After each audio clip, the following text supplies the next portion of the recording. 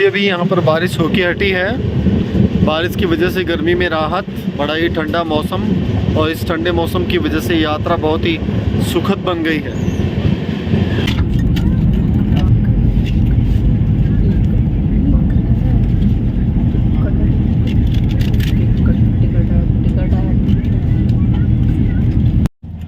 अभी एक खाना मिला है, देखते हैं इनमें क्या क्या है।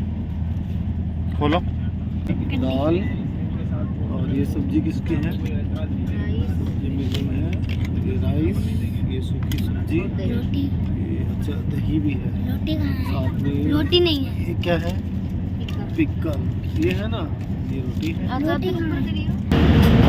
दिल्ली से चलने के बाद लगभग 165 किलोमीटर के बाद ये पहला स्टेशन है मुरादाबाद जंक्शन, जहाँ पर ये गाड़ी रुकी है।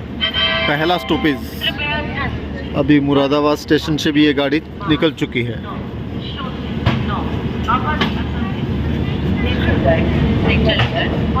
मौसम अच्छा है, बारिश का बना हुआ है।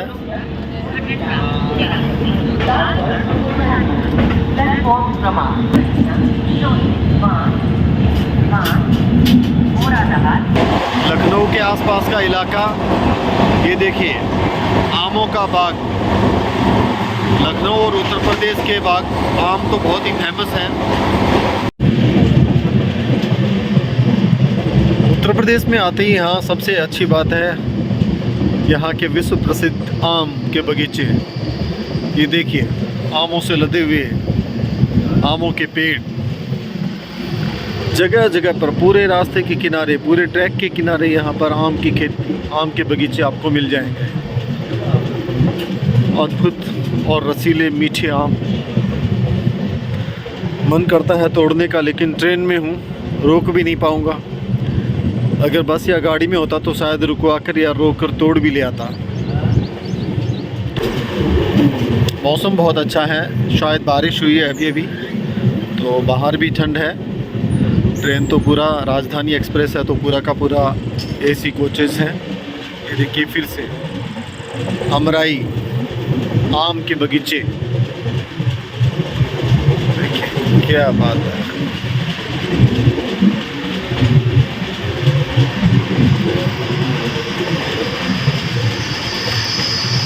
इन आम के बगीचों में जब कोयल गाती है तो बहुत मस्त, बहुत सुहाना मौसम बन जाता है, बहुत अच्छा लगता है।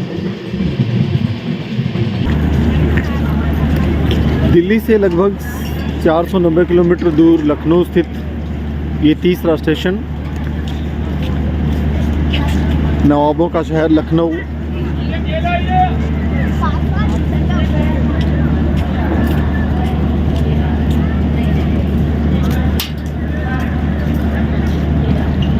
प्राचीन काल में ये अवध राज्य की राजधानी हुआ करता था। वर्तमान में उत्तर प्रदेश राज्य की राजधानी और मुख्य शहर, यहाँ के सबसे बड़े शहरों में से एक। लखनऊ के नामकरण को लेकर एक चीज़ मैं आपको बता देना चाहता हूँ कि लखनऊ का जो नाम है वो श्री राम के छोटे भाई लक्ष्मण के नाम पर पड़ा है। तुलसीदास के काव्यों में आपने उनके बारे में पढ़ा भी होगा कि वो कहते हैं कि लखनऊ लखनऊ। राम बार बार लक्ष्मण को लखनऊ कहते हैं, और उसी के आधार पर आगे चलकर इस शहर का नाम लखनऊ पड़ गया।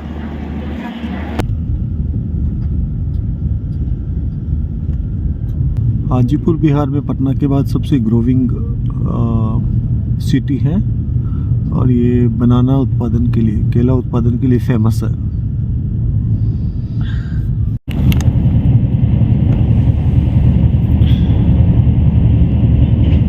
मुजफ्फरपुर बिहार का एक प्रमुख शहर है, और जो अपनी लीची उत्पादन के लिए फेमस है।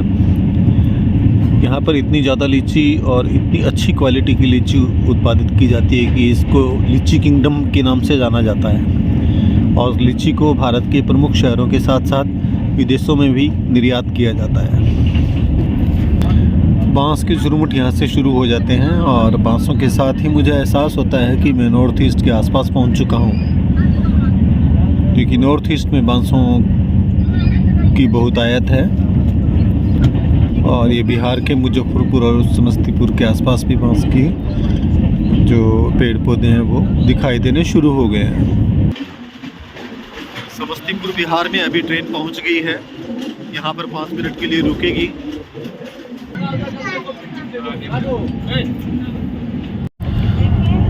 अभी ब्रेकफास्ट मिला है। ब्रेकफास्ट में ये फ्रूट ड्रिंक है और कटलेट है, ब्रेड सैंडविच है और ये बटर, थोड़ा सा पिकल, और इधर मेरे पास मैंने लिया है ऑमलेट, ब्रेड सैंडविच, बाकी सब वही चीज़ें। चलिए एंजॉय करते हैं। बिहार के समस्तीपुर और उसके आसपास केले की खेती बहुत होती है। देखिए आप, बड़े बड़े केले के खेत या बाग। बिहार का ये जो इलाका है वो केला उत्पादन के लिए बहुत ही प्रसिद्ध है। भारी मात्रा में यहाँ पर केले का उत्पादन किया जाता है।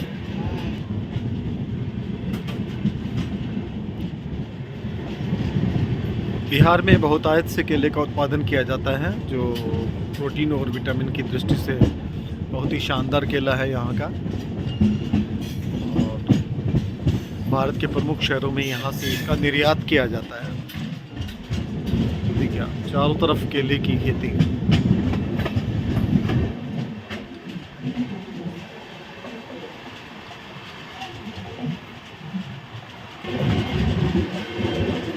मुजफ्फरपुर केले की खेती के लिए बहुत ही प्रसिद्ध है। बिहार में सबसे ज़्यादा केले का उत्पादन मुजफ्फरपुर में किया जाता है।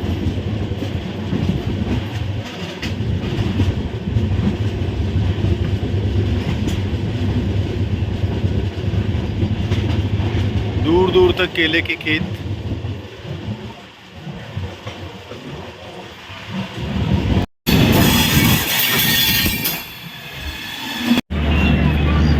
कटिहार जंक्शन बिहार।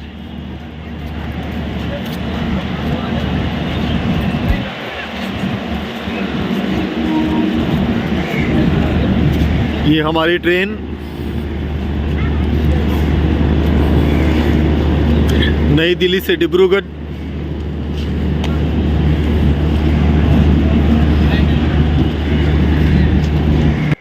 भैया वो राइट वाला चीज देना।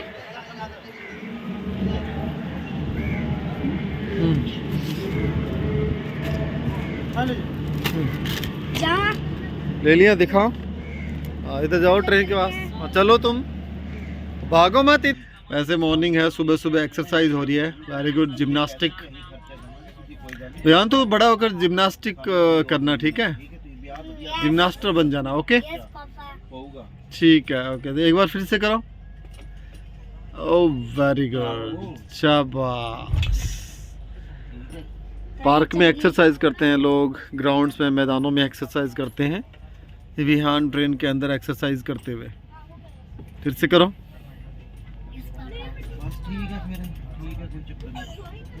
Okay good.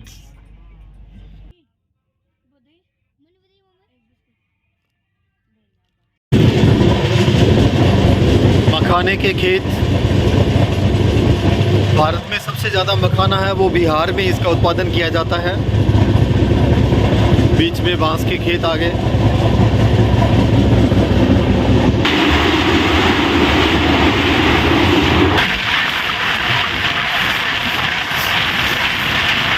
हम बिहार के लगभग अंतिम छोर पर हैं, वेस्ट बंगाल की तरफ।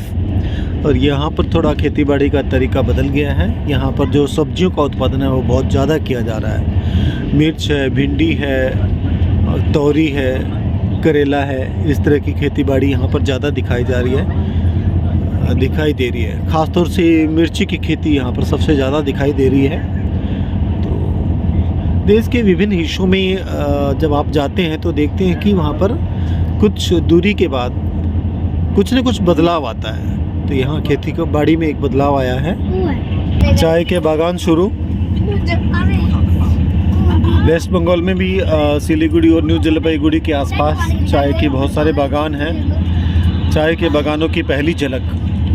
अभी हम बिहार और वेस्ट बंगाल की सीमा पर हैं। चाय के खेत वेस्ट बंगाल।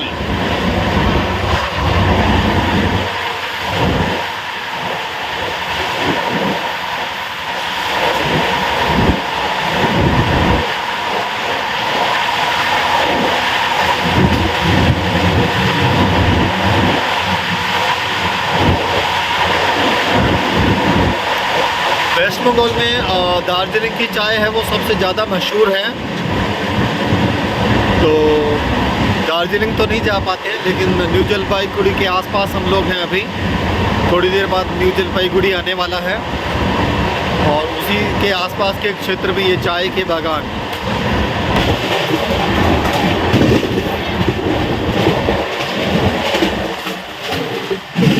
भारत एक कृषि प्रधान देश है और कृषि के क्षेत्र में विभिन्नताएं कितनी है ये देखिए। एक ही जगह पर आपको तरह तरह की खेती दिखाई देगी। ये देखिए अनानास, पाइनएप्पल की खेती। ये चाय के बगीचों के बीच में ही हमें अनानास की खेती दिखाई दे रही है। पाइनएप्पल खाया तो बहुत है, लेकिन खेतों में पहली बार देखा है। क्या शानदार नज़ारा है। दृश्य तो देखिए आप कितना शानदार है। इसीलिए ना भारत को विभिन्नताओं में एक देश कहा जाता है। ये देखिए पाइनएप्पल, पाइनएप्पल की खेती, अनानास के खेत, चाय के खेत, अनानास के खेत, बांस, बीच में बांस आ गया।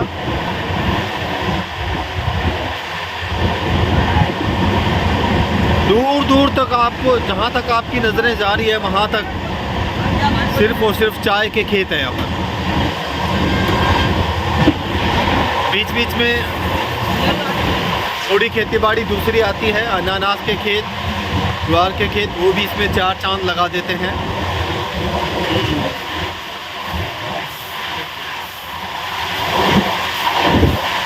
क्या मस्त नज़ारा है। अभी हम वेस्ट बंगाल के इलाके में हैं। यहाँ से पहला जो रेलवे स्टेशन है वो न्यू जलपाईगुड़ी अभी थोड़ी देर में आने वाला है।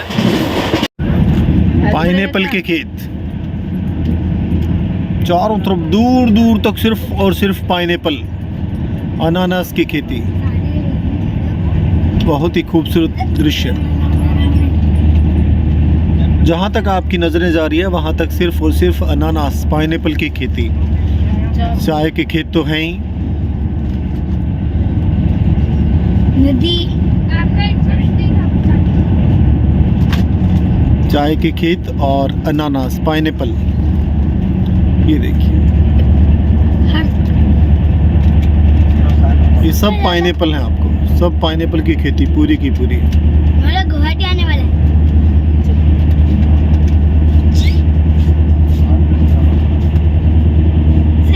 बांस, ये लो देख, मैं कमाल का नज़ारा है।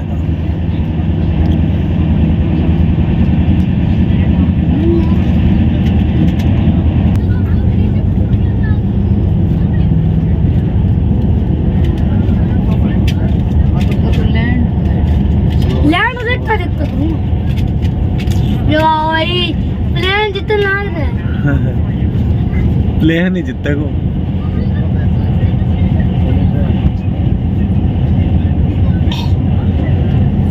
जीत गया। क्या आईडिया मेरा वीडियो बना देखो। अभी हम वेस्ट बंगाल के न्यू जलपाईगुड़ी रेलवे स्टेशन पर हैं। New Jalpaiguri railway station Bharat के सबसे बिजी रेलवे स्टेशन में से हैं और ये नॉर्थ ईस्ट का सबसे बड़ा और सबसे बिजी रेलवे स्टेशन है।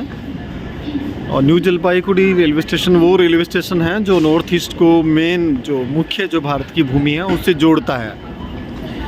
और यहाँ से नॉर्थ ईस्ट के लिए ट्रेन के साथ साथ ही यहाँ पर अंतर्राष्ट्रीय जो रेल है जो भूटान, नेपाल और बांग्लादेश में जाती हैं वो भी यहीं से कनेक्ट करती है। ये अंतर्राष्ट्रीय रेल यात्री टर्मिनल यहीं से। और 2016 में इसको भारत का सबसे साफ़ सुथरा जो रेलवे स्टेशन है, पहले 10 रेलवे स्टेशन में से इसका नंबर आया था। आम जो सामान्य नागरिक हैं उनके लिए तो ट्रेन बाहर से रहती है, कोच बाहर से आप सीधे चढ़ सकते हैं। लेकिन जो इंटरनेशनल रेल पैसेंजर हैं उनके लिए स्पेशल केबिन बनाया गया है।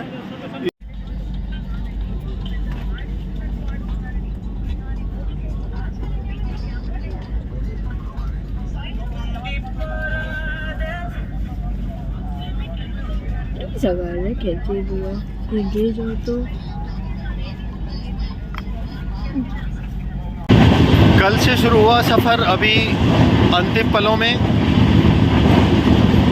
लगभग 2 घंटे के बाद हम लोग गुवाहाटी पहुंच जाएंगे, जो कि हमारा अंतिम स्टेशन है। अभी हम आसाम में हैं। आसाम के न्यू बोंगईगांव स्टेशन से हम अभी निकले हैं और नॉर्थ ईस्ट का शानदार नज़ारा आप अपनी आंखों से देखिए। बहुत ही सुंदर नॉर्थ ईस्ट है। अगर कभी मौका मिला तो नॉर्थ ईस्ट में एक बार ज़रूर घूमने आएँ, और जब भी आएँ तो कोशिश करें कि आप ट्रेन से आएँ। और आप देखेंगे,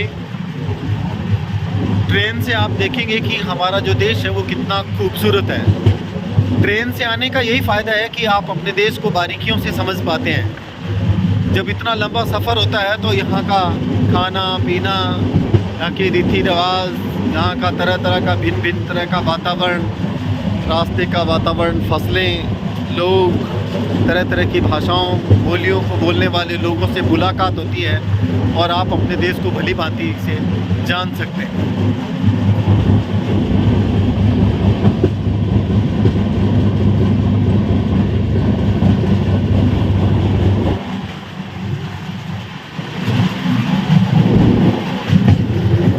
खूबसूरत आसाम की कुछ झलकियाँ ट्रेन की खिड़की से, ऑफ कोर्स मेरी नज़रों से भी।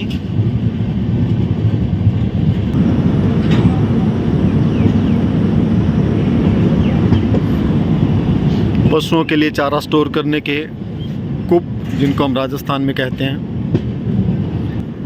ट्रेन से यात्रा करने का अपना ही मज़ा है।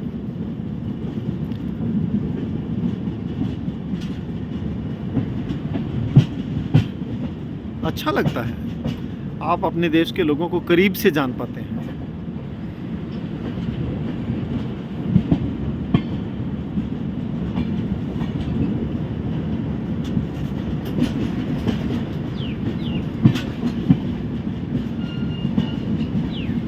पाटिल देह नाम का ये स्टेशन है जहाँ पर अभी हमारी गाड़ी पहुँची है। पाटिल देह आसाम में, न्यू बोंगईगांव के आसपास। शाम का जुगाड़ करते हुए, शाम के खाने के लिए मछली पकड़ते हुए। यहाँ का आसाम के लोगों का जो मुख्य खाना है वो मछली है, मछली और चावल।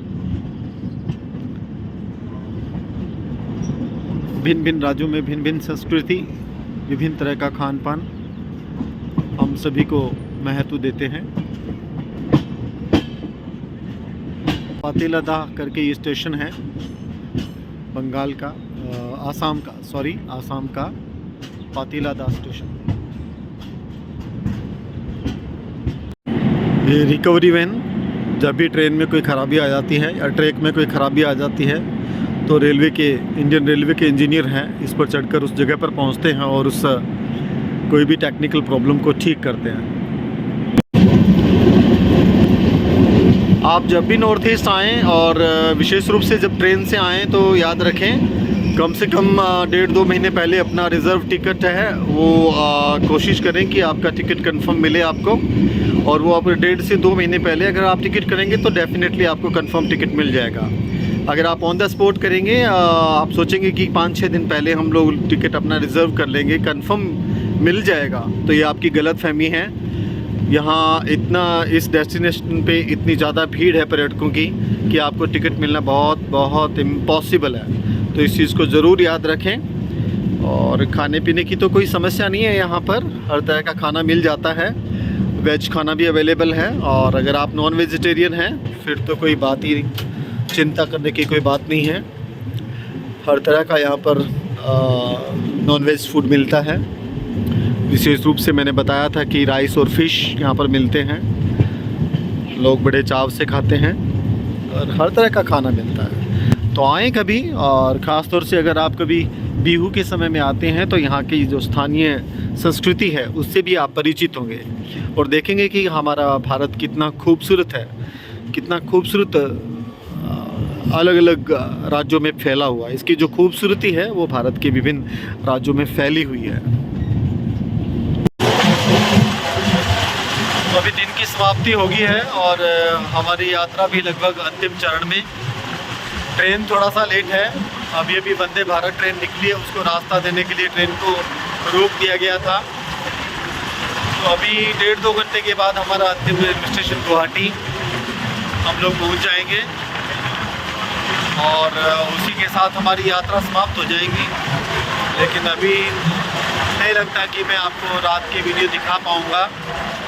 अगर वीडियो पसंद आया हो तो लाइक करें, शेयर करें, कमेंट करें और सब्सक्राइब तो बनता ही है। Thank you, thanks a lot. Brahmaputra नदी गुवाहाटी कामाख्या रेलवे स्टेशन आ गया है। अभी इसके तुरंत बाद गुवाहाटी वो पहाड़ की सबसे ऊंची चोटी पर कामाख्या मंदिर है। धार्मिक प्रवृत्ति के लोग भी कामाख्या मंदिर में मां कामाख्या के दर्शन करने के लिए आ सकते हैं।